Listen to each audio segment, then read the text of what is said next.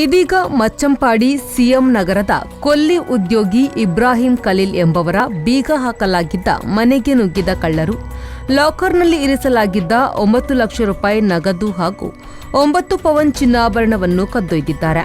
Helmet ಧರಿಸಿ ಆಗಮಿಸಿದ ಕಳ್ಳರು ಲಾಕರ್ ಅನ್ನು ಕದ್ದೊಯ್ಯುತ್ತಿರುವ ದೃಶ್ಯ ಸಿಸಿ ಕ್ಯಾಮೆರಾದಲ್ಲಿ ಸೆರೆಯಾಗಿದೆ.